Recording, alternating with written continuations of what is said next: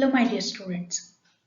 In the last class, we have started with the new topic, that is phrasal verbs. That is nothing but the expressions in the way you will be asked in your examination.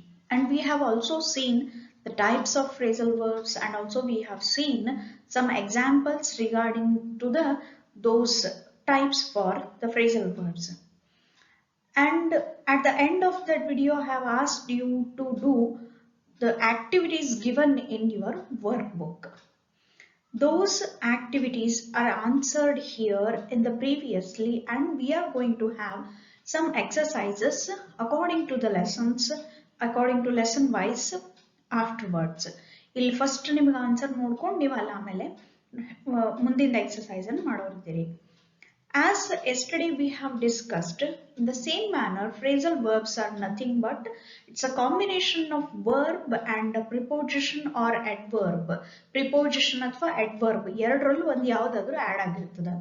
Here in your workbook, by giving an example, better example, they have asked you to understand the difference between what phrasal verb is and the verb is. ಏನ್ ಹೇಳಲಿಕ್ಕೆ try ಮಾಡ್ಲಿಕ್ಕತ್ತಾರ. They have taken one example, that is took off. Take off ಇದ್ದದ್ದು took off ಅಂತ ಮಾಡ್ಯಾರ. In that is being used in different two sentences. In the sentences it has changed its meaning. ಆ sentence in ಪ್ರಕಾರ ತಂದೊಂದು meaning ಅದೇನ್ ಮಾಡ್ತದಲ್ಲೇ ಬದಲಾವಣೆ ಮಾಡ್ಕೊಂಡದ. As we all know, ನಿನ್ನೆ ಏನ್ discuss ಮಾಡಿದ್ವಿ ಅದ್ರೊಳಗೆ ನಮ್ಗೆ ಏನ್ ಗೊತ್ತಾಗಿತ್ತು ಅಂತಂದ್ರೆ, this verb as well as this preposition, when they go together, they will change their original meaning. ತನ್ನ original meaning ಅನ್ನ ಬದಲಾವಣೆ ಮಾಡ್ಕೋತದ ಅಂತ ನೋಡಿದ್ವಿ. Here it is the best example to understand. The child took off the shirt. First example they have given is the child took off the shirt. Second one is the plane took off an hour later. In between these sentences, first sentence is making us to know the child changed its dress. ತನ್ನ dress ಬದಲಾಯಿಸ್ತು ಅಂತಂದು ಹೇಳಿಕ್ಕೆ ಏನ್ ಮಾಡ್ಯಾರ, took off the shirt ಅಂತ ಹೇಳಿಕತ್ತಾರ. In second example, took off, the plane took off an hour later. Plane take off ಆಯ್ತು ಅಂತ ನಾವು ಬಳಸ್ತೀವಲ್ಲ, ಅಲ್ಲಿ ಅಂದ್ರೆ ಎರಡೂದ್ರೊಳಗೂ ಏನದಲ್ಲ, the activity are the meaning for these phrasal words are completely different. ಎರಡೂದ್ರೊಳಗೂ ಏನದ, ಕಂಪ್ಲೀಟ್ಲಿ ಡಿಫ್ರೆಂಟ್ ಅದ. ಬಟ್ ಒಂದು ಮೋಷನ್ ಏನ್ ನೋಡ್ತೀವಲ್ಲ, that is a common thing. They are changing the dress and it is taking off. ಎರಡೂ motion ಇರುವುದನ್ನು ನಾವಲ್ಲೇ ನೋಡ್ಲಿಕತ್ತೀವಿ. And here in your workbook, by giving some verbs, ಇಲ್ಲಿ ಕೆಲವೊಂದು ವರ್ಬ್ಸ್ ಕೊಟ್ಟು ಅವ್ರು ಏನ್ ಮಾಡಿದ್ರು, they have asked you to do them as phrasal verbs. ಈ ಒಂದು ವರ್ಬ್ಸ್ ಗಳನ್ನು ಇಟ್ಕೊಂಡು here they have given the adverb as well as the preposition. ಎರಡನ್ನೂ ಕೊಟ್ಟಾರ ನಮ್ಗಿಲ್ಲೇ. By using these verbs, we need to make, ಏನ್ ಹೇಳ್ತಾರೆ, from form as many as you can. If needed, take the help of dictionary. ಯಾಕೆ dictionary meaning ತಗೊಳ್ರಿ ಅಂತ ಹೇಳ್ತಾರೆ. Sometimes some things cannot be joined together. ಕೆಲವೊಂದನ್ನ ನಾವು add ಮಾಡಂಗಿಲ್ಲ. ಅದಕ್ಕೆ ನಮ್ಗೆ ಏನ್ ಮಾಡ್ಯಾರ, ಅದನ್ನ ಡಿಕ್ಷನರಿ ಹೆಲ್ಪ್ ತಗೊಳ್ರಿ ಅಂತಂದಲ್ಲೇ ಮೆನ್ಷನ್ ಮಾಡಿದ್ರು. And here you have the answers for this exercise. Let us have some more here. These are the other exercises they gave and asked you to do. ನಾವೇನ್ ಹೇಳಿದ್ವಿ, in your examination expressions ಅಂತ ಕೇಳಿದ, in the bracket they will give you expressions, you have to choose the right one ಅಂತ ನಾವು ನೋಡಿದ್ವಿ. Here in the same manner, appropriate expression is given in the bracket. According to the sentence you have to choose the right expression. So for this exercise too, you have the answer here. Let us begin with the new exercise, that is from the lesson 2 Dear. Filling the blanks by choosing the appropriate expressions given in the brackets. Bracket ಒಳಗೆ expression ಕೊಟ್ಟಿರ್ತಾರೆ, ಅದರ ಪ್ರಕಾರ ನೀವೆಲ್ಲ choose ಮಾಡಬೇಕು. Here I have made these questions separately according to the text ಅಥವಾ according to the lessons. ಆ serial ಆಗಿ ನಾನು ಚೇಂಜ್ ಮಾಡ್ಕೊತ ಹೋಗಿನಿ. Here in this page you will have only the questions from the second lesson, that is true dear. ಅದರಿಂದ ಮಾತ್ರ ನಿಮಗೆ ಇಲ್ಲಿ ನೋಡ್ಲಿಕ್ಕೆ ಸಿಗ್ತದೆ. First question they have asked is, the ministers decided to tell the criminal dash to run away. Dash to run away. They did so. They did so, but the criminal said, they did so, the criminal said that if he ran away, people would dash on him. We know the answer very well because already we have read the text carefully. So here, in given three options, we need to choose two right options. ಮೂರು ಕೊಟ್ಟಿರ್ತಾರೆ, ಅದರೊಳಗೆ ಎರಡು ನಾವು choose ಮಾಡಬೇಕಾಗುತ್ತೆ. The first one, decided to tell the criminal dash. ಏನ್ ಹೇಳಿದ್ರು? Straight out. The first answer here is straight out. ಅಂದ್ರೆ directly. Straight out ಅಂತ ಅನ್ನೋದಕ್ಕೆ ಒಂದು ಸಿಂಗಲ್ ವರ್ಡ್ ನಮ್ಗೆ ಏನ್ ಸಿಗ್ತದ? Directly they wanted to tell the criminal to run away and they did so. ಓಡೋಗಂತಂದು ಹೇಳ್ಬೇಕಾಗಿತ್ತು, ಹೇಳೋರಿದ್ರು ಅವರು. ದೇ ಡಿಡ್ ಸೋ ಅಂತಂದ್ರೆ ಹೇಳಿದ್ರು, ಆಲ್ರೆಡಿ ಅವನಿಗೆ ಹೇಳಿದ್ರು. ಅಂದ್ರೆ this is for first option. ಇಲ್ಲಿ ಫಸ್ಟ್ ನಮ್ಗೆ ಯಾವ್ದು ಆನ್ಸರ್ ಆಯ್ತು? Straight out. They decided to tell the criminal straight out to run away. It is the first answer. And the second one is, ನೋಡ್ರಿ ಏನ್ ಹೇಳಿದ್ರು, ಸೆಂಟೆನ್ಸ್ ಏನ್ ಬಂತು? But the criminal said that if he ran ಅವೇ. ಆದ್ರೆ criminal ಅಲ್ಲಿ ಏನ್ answer ಮಾಡ್ತಾನೆ? If he runs ಅವೇ. ಒಂದು ವೇಳೆ ಅವನು ಅಲ್ಲಿಂದ ಓಡಿ ಹೋಗಿದ್ದೇ ಆದ್ರೆ ಏನಾಗ್ತದ? ಅವನಿಗೇನ್ ಮಾಡ್ತಾರೆ? ನಮ್ಗೆ ಗೊತ್ತಿತ್ತು. In the text book we have got the answer that the turn their backs. People would turn their backs. And second answer is turn their backs. Let us have the second question. Andre, in this manner, in given three options, you have to choose the right to answer. ಸರಿಯಾಗಿದ್ದ ಎರಡು expression ಅನ್ನು ನೀವಲ್ಲೇ choose ಮಾಡ್ತೀರಿ. If you read the textbook carefully, it will be helpful for you while attending the question paper, because within a short period of time, within a fraction of second, if you read the question, definitely you will remind of the answer given in your textbook. Yakandre that will not change. The same thing, the same expression, the same phrasal verb will be given here in the bracket. A bracket ಒಳಗೆ ಅದನ್ನೇ ಕೊಟ್ಟಿರ್ತಾರೆ ಅವರು, ಅದು change ಆಗಂಗಿಲ್ಲ. So that will remind you without seeing into the brackets. ನೋಡ್ಲಾರ್ದೇನೆ ನಾವ್ ಏನ್ ಮಾಡಬಹುದು? Answer ಅನ್ನ ನೆನಪು ಮಾಡ್ಕೊಳ್ಬಹುದಾಗದ. Second question here is, the council suggested that the only way dash the criminal was to dismiss the guard. ಅಂದ್ರೆ ಏನ್ decide ಮಾಡ್ಲಿಕ್ಕತ್ತಿದ್ರು? How they want to get rid of this criminal. They were planning. ಇವನಿಂದ ಹೆಂಗ್ ತಪ್ಪಿಸ್ಕೊಳ್ಬೇಕು ಅಂತ ವಿಚಾರ ಮಾಡ್ಲಿಕ್ಕತ್ತಿದ್ರು. ಏನ್ ಹೇಳಿದ್ರಿ ಈಗ? The criminal. And then second one, the guard was dismissed. The criminal did not run away. So one of the minister decided to tell him dash to do so. ಅಂದ್ರೆ ಫಸ್ಟ್ ಆಪ್ಷನ್ ಏನಾಗ್ತದ? To get rid of, and second option is straight out. ಅಂದ್ರೆ ಅವ್ರು ಏನ್ ಮಾಡಿದ್ರು? Straight out.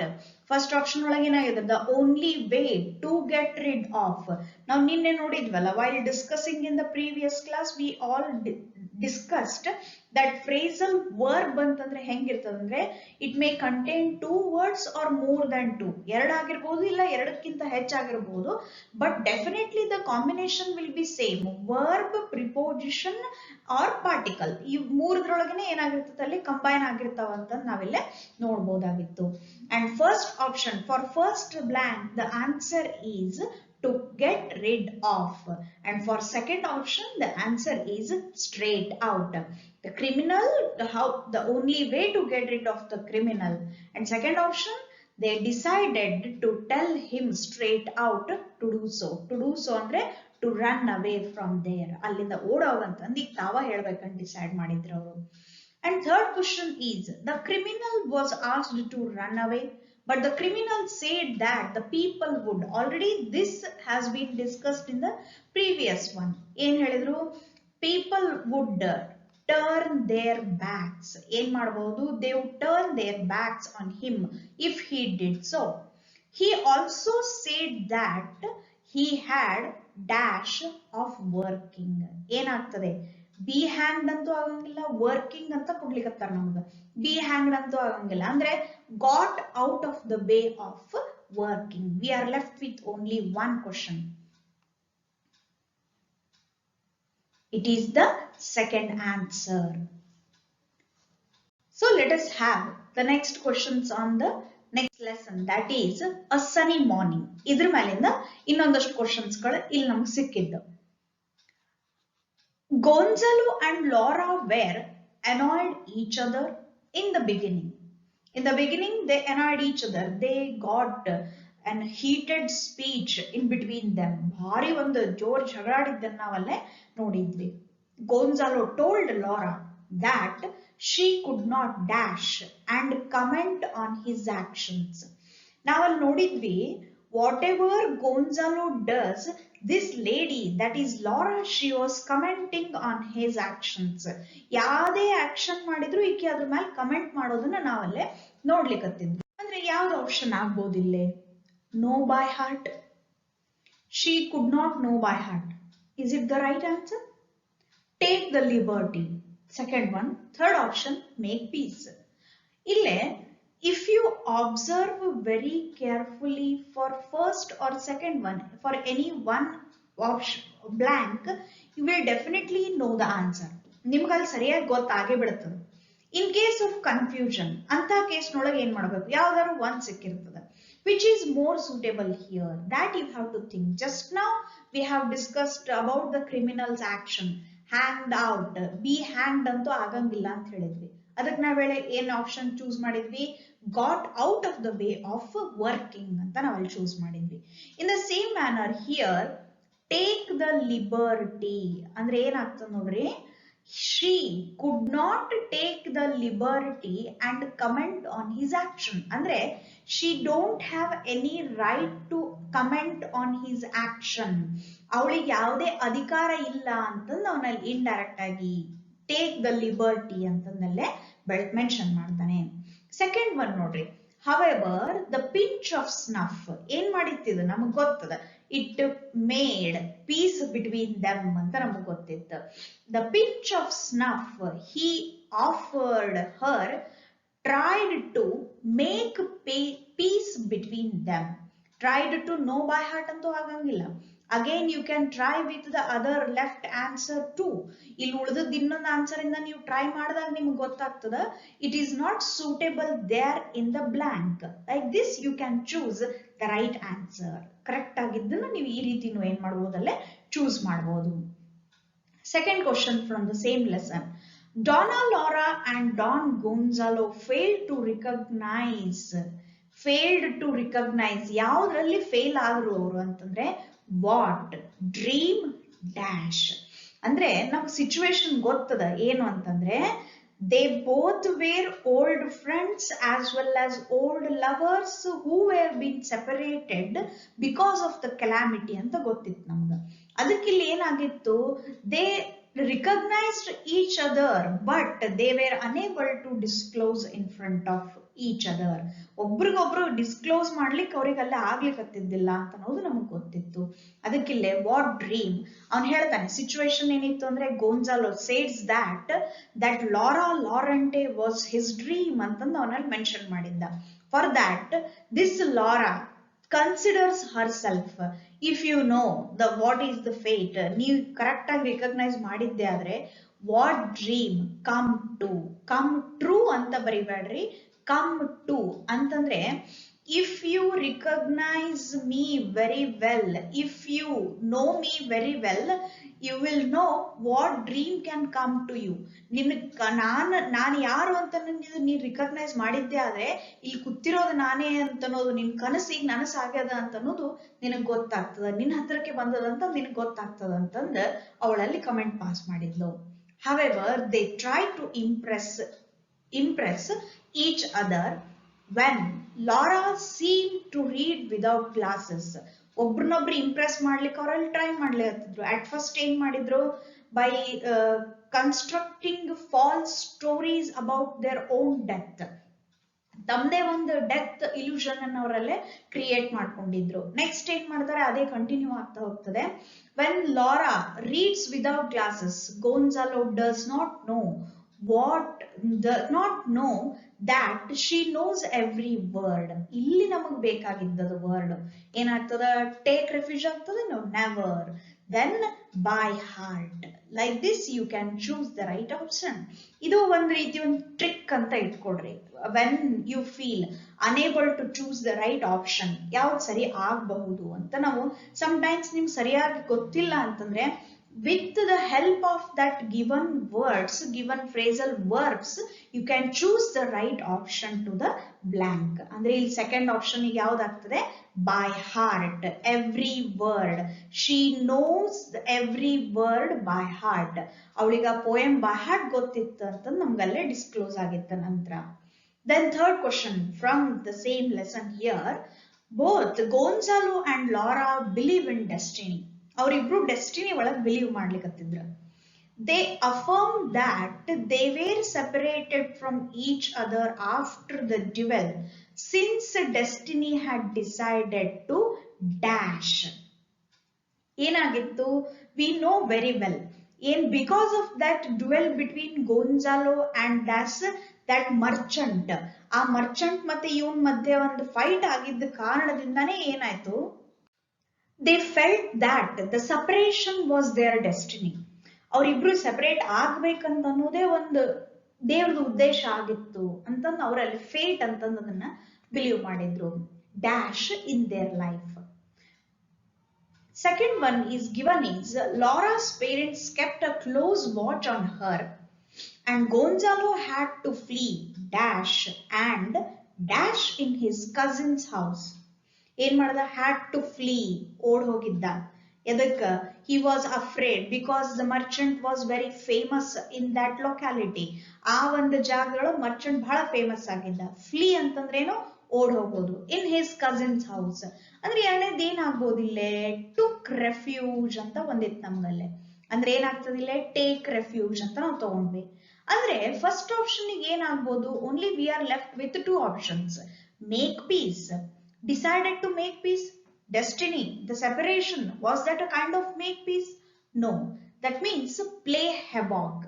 Actually in the textbook this play havoc, this phrasal verb has been used with the different character. ಯಾವುದು different character ಅಂತಂದ್ರೆ, that is Gonzalo's servant. ಆ Gonzalo servant Junito ಏನಿದ್ನಲ್ಲ, he plays havoc with maid servants ಅಂತಂದಲ್ಲೇ mention ಮಾಡಿದ್ದನ್ನ ನಾವು ನೋಡಿದ್ವಿ. ಇಲ್ಲೇ ಏನ್ ಹೇಳ್ಲಿಕ್ಕತ್ತಾರೆ, this destiny, the fate has decided to play havoc. ಅಂದ್ರೆ ಇವ್ರ ಜೀವನದೊಳಗೆ ಒಂದು ಆಟ ಆಡಿಸ್ಬೇಕು ಅಂತ ಅದು ಪ್ರಯತ್ನ ಮಾಡಿತ್ತು, ಟ್ರೈ ಮಾಡಿತ್ತು ಅಂತ ಅನ್ನೋದು ಅವರಲ್ಲೇ ನೆನಪು ಮಾಡ್ಕೊಳ್ತಾರೆ. ಅಂದ್ರೆ for first blank here the answer is play havoc. Here I am making you to understand this kind of tricks you can use in examination if you don't know the answer.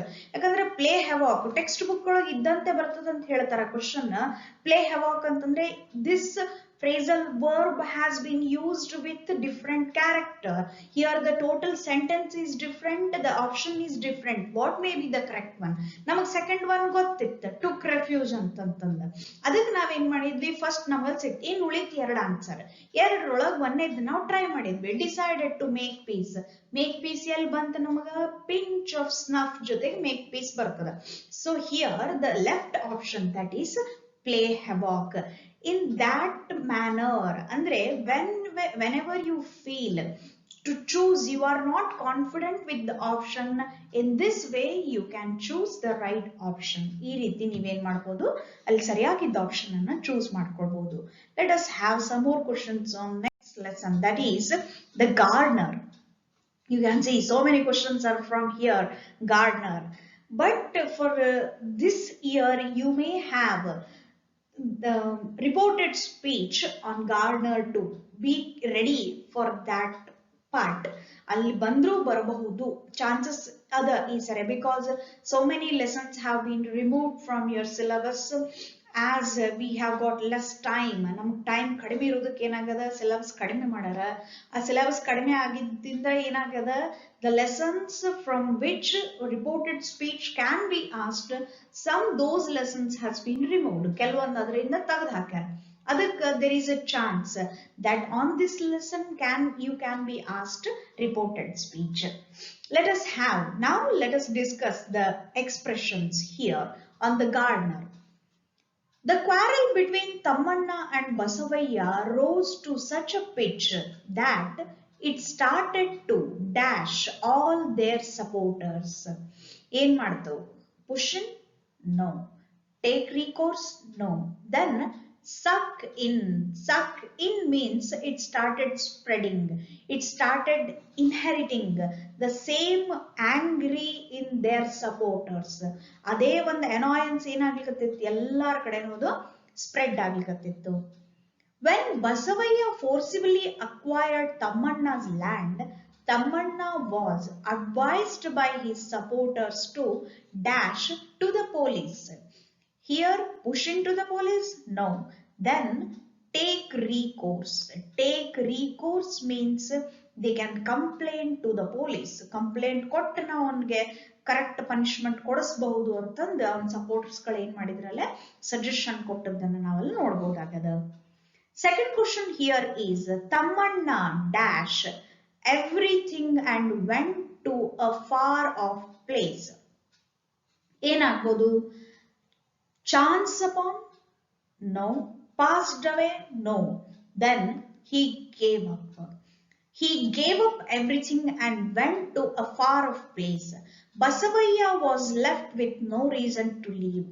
In the story, what we have learnt is these two characters, Tammanna and Basavayya, the rivalry was the reason for their liveliness. Jeevan ತಿರ್ಲಿಕ್ಕೆ ಏನೆಲ್ಲ ಇತ್ತು ಅವ್ರಿಗೆ ಕಾರಣ, ಆದ್ರೆ rivalry ಏನಾಗಿತ್ತು, ಅದು ಎಲ್ಲದಕ್ಕಿಂತನೂ highest ಒಂದು range ಒಳಗೆ ಅವರಿಗೆ ಕನ್ಸಿಡರ್ ಆಗಿತ್ತು. ಅದಕ್ಕೆ ಹೇಳ್ತಾನೆ, when this Thammanna gave up everything and left to far away place, this Basavayya left with no reason. After some time, Basavayya ಏನ್ ಮಾಡ್ತಾನೆ? ಚಾನ್ಸ್ ಅಪಾನ್ ಅಲ್ಲ, he passed away. ಅವನಲ್ಲೇ ತೀರ್ ಹೋಗಿದ್ದ. Third question from the same lesson is Tammanna was dash in agriculture. It is the beginning of the lesson, well versed in agriculture. An old man was standing in the coconut grove. ಅಲ್ಲಿ ನಿಂತ್ಕೊಂಡಿದ್ದ, ನೋಡ್ಲಿಕ್ಕೆ ಹೆಂಗ್ ಕಾಣಿಸ್ತಿದ್ದ, his personality described his character that he is well versed in agriculture ಅಂತ ಗೊತ್ತಾಗಿತ್ತು ಅವನಿಗಲ್ಲೇ. As a result, the owner of the garden started to dash from hard work. Andre, when this Tammanna, that old man, Tammanna is none other than old man, he himself was being appointed to the garden, the owner of the garden started to dash, shied away. Andre, he stopped from his hard work antale mention madidru. The narrator says he conceived the story the gardener. Conceived the story the gardener. ಏನವತ್ತು ನಾವು ಓದಿವಲ್ಲ story gardener ಅಂತ, ಅದನ್ನ ಏನ್ ಮಾಡಿದ್ದ? he conceived it, he got it. dash ಏನಾಗ್ತದ? vanish into? no. in a flash ಅಂದ್ರೆ within a moment he got this idea to write the story, that is the gardener. ಬರೀಲಿಕ್ಕೆ ಅವನಿಗೆ ಒಂದು ವಿಚಾರ ಸಿಕ್ಕಿತ್ತು. The old man he met in a coconut grove had come to the garden seeking work. The owner needed a man exactly like him and asked the old man to dash, stay on, vanish into agangla. So here stay on is the right answer. Fifth question. Tammanna thought of yet another method of punishing Basavayya. Whatever the means is, avun Tammanna ಏನ್ ಮಾಡಿದ್ದ? he wanted to annihilate Basavayya completely, to annihilate, to destroy Basavayya completely at any cost. ಏನಾರ ಮಾಡ್ಲಿ, by hook or crook, ಇವನನ್ನ ಸಂಪೂರ್ಣ ಹಾಳು ಮಾಡಬೇಕು ಅಂತಂದು ಅವನ್ ತಮ್ಮಣ್ಣ ಅಲ್ಲೇ ಡಿಸೈಡ್ ಮಾಡ್ಕೊಂಡಿದ್ದ. he wanted to separate his songs from his own dash, his own flesh and blood, his own vanish into thin air ಆಗಂಗಿಲ್ಲ, his own out of hand ಆಗಂಗಿಲ್ಲ, his own flesh and blood. ಅಂದ್ರೆ from his body ಅದನ್ನ separate ಮಾಡಬೇಕು ಅಂತ decide ಮಾಡಿದ್ದ. ಅಂದ್ರೆ ಏನ್ ಮಾಡಿದ್ದ, he wanted to create an illusion of his death, ತನ್ನ ಸಾವನ್ನ ಕ್ರಿಯೇಟ್ ಮಾಡಬೇಕು ಅಂತಂದು ಅವನಲ್ಲಿ ಡಿಸೈಡ್ ಮಾಡ್ಕೊಂಡಿದ್ದ. He wanted his fame to dash, vanish into thin air. Therefore, he gave up everything and became non-entity. Therefore, he gave up everything and reached here in Coconut Grove. One Coconut Grove reached and became non-entity. Just an old man there. He don't have any proper fame in the garden except as a gardener. Gardener ಅಂತ ಅನ್ನೋದು ಅವನಿಗೆ ಕೊನೆಗೆ ಉಳಿದದ್ದು fame ಬಿಟ್ರೆ ಬೇರೆ ಯಾವುದೋ ಅವನ ಜೊತೆಗಲ್ಲೇ ಉಳಿದೇ ಇರೋದನ್ನ ನಾವು ಅಲ್ಲಿ ಸ್ಟೋರಿ ಒಳಗ ನೋಡಿದ್ವಿ. Let us have these questions on this Japan and Brazil through a traveler's eye. ಈ ಲೆಸನ್ ಮೇಲೆ ಇದ್ದಂತ ಇಷ್ಟೊಂದು ಕ್ವಶನ್ಸ್ಗಳು. The telephones are situated on a table or a counter in Japan. Regarding the privacy, as we read in the beginning lines about Japanese manners ನಾವು ನೋಡ್ತೀವಲ್ಲೇ ಓದಿದ್ವಿ. Anybody, any passerby could dash but nobody does. ಏನಾಗ್ಬೋದು, listen in. ನೋಡ್ರಿ ನಮ್ಗೇನಾಗ್ತದೆ, anybody or any passerby can hear ಅಂತ ಅನ್ಲಿಕ್ಕೆ ಏನ್ ಮಾಡಿದ್ವಿ, listen in ಅಂತ ಬಳಸಿದ್ವಿ. The telephone receiver can be dash one's castle. ಅಂದ್ರೆ whoever is speaking, his castle will be the telephone receiver. ಆ ಟೆಲಿಫೋನ್ ರಿಸೀವರೇ ಏನಾಗಿರ್ತದ, ಒಂದು ಕ್ಯಾಸಲ್ ಆಗಿರ್ತದ ಅಂತ ಹೇಳಿ ಮೆನ್ಷನ್ ಮಾಡಿದ್ರು ಅದ್ರೊಳಗ. And second question is, in Brazil the number of motor vehicles is growing by dash. ಏನಾಗ್ಬೋದು, turn a deaf ear, no. All and sundry, no. Then leaves and bounds. ಅಂದ್ರೆ increasing in a huge manner ಅಂತ ಹೇಳ್ತೀವಿ. Day by day very quickly ಅದೇನಾಗ್ಲಿಕ್ಕತ್ತಿತ್ತು, increase ಆಗ್ಲಿಕ್ಕತ್ತಿತ್ತು ಅಂತ mention ಮಾಡ್ತಾರೆ. Almost as if cars were distributed free of charge to all and sundry. ಹೆಂಗ್ increase ಆಗ್ಲಿಕ್ಕತ್ತಿತ್ತು ಅಂತಂದ್ರೆ, as if cars were distributed free of charge to all and sundry. All and sundry means nothing but all and every one. ಎಲ್ಲರಿಗೂ ಏನ್ ಮಾಡ್ಯಾರ, free ಆಗಿ ಕೊಟ್ಟಿರೋ ರೀತಿ ಅಲ್ಲದು ಜಾಸ್ತಿ ನಂಬರ್ ಜಾಸ್ತಿ ಆಗ್ತಿತ್ತು ಅಂತ ಮೆನ್ಷನ್ ಮಾಡಿದ್ರು. Third one is, in Brazil, pedestrians are in fact on the dash for drivers. ಏನಾಗ್ಬೋದು, on the lookout for drivers.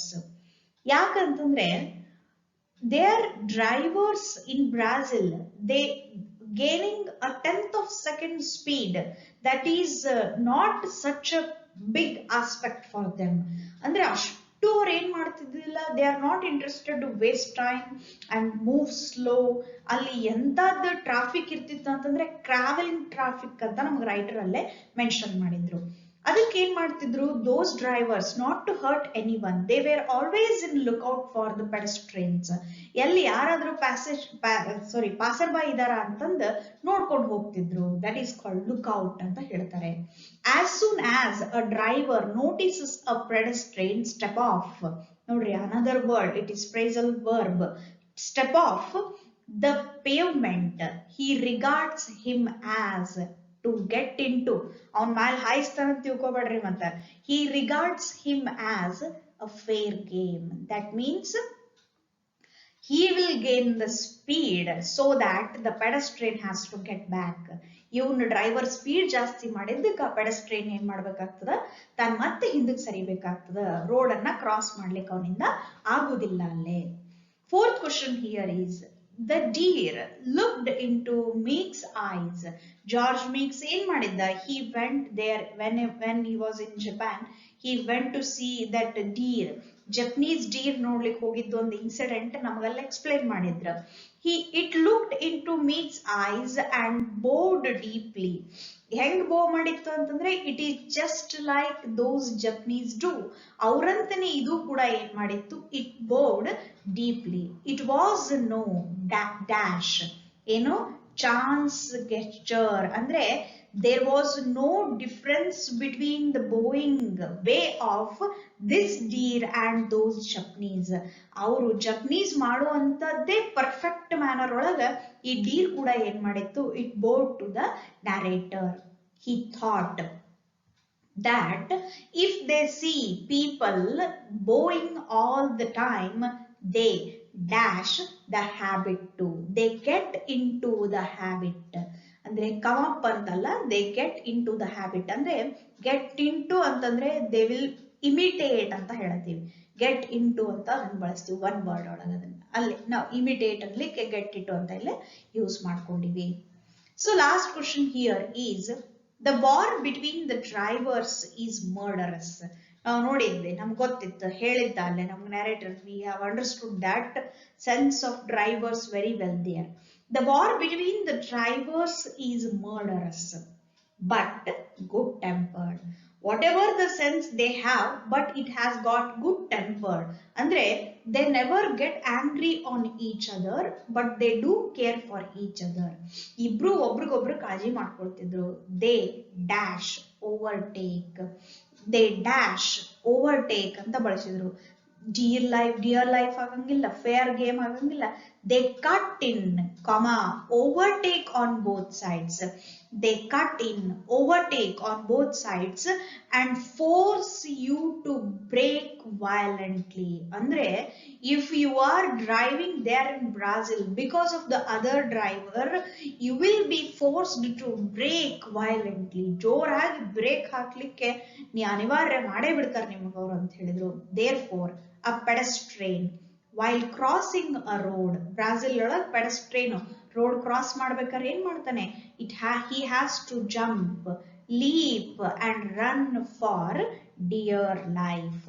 ಜೀವ ಉಳಿಸ್ಕೊಳ್ಬೇಕು ಅಂತಂದ್ರೆ he has to jump, leap and run for dear life. ಅಂದ್ರೆ he should be very careful while he is crossing the road. He has to keep an eye on everywhere. ಎಲ್ಲಾ ಕಡೆ ಸರಿಯಾಗಿ ನೋಡ್ಕೊಂಡು road ಅನ್ನ cross ಮಾಡಬೇಕು ಅಂತಂದು Brazil ಒಳಗಂತಂದು ಇಲ್ಲೇ mention ಮಾಡ್ತಾನೆ. In this manner you will get the questions like as to fill the appropriate expressions by choosing the options given in brackets. ನಿಮ್ ಬ್ರಾಕೆಟ್ ಒಳಗೆ ಕೊಟ್ಟಿರ್ತಾರೆ, ನೀವು ಅಲ್ಲಿಂದನೇ ಏನ್ ಮಾಡ್ತೀರಿ, ತಗೊಂಡು ಅದನ್ನ ಚೂಸ್ ಮಾಡ್ತೀರಿ. Like this, those questions will be chosen from your textbook only. And the other questions from the old question papers, they will be discussed while dealing the lesson. ಆ ಲೆಸನ್ ಮುಗಿದ ತಕ್ಷಣನೇ ಏನ್ ಮಾಡೋಣ, ಅಕಾರ್ಡಿಂಗ್ಲಿ ಏನ್ ಮಾಡೋಣ, ಅದನ್ನ discuss ಮಾಡ್ಕೋತಾ ಹೋಗೋಣ. So this was the part of phrasal verbs. ಇಷ್ಟು phrasal verb part ಆಗಿತ್ತು. So by next class we will have the another topic, the new topic. Until then, thank you.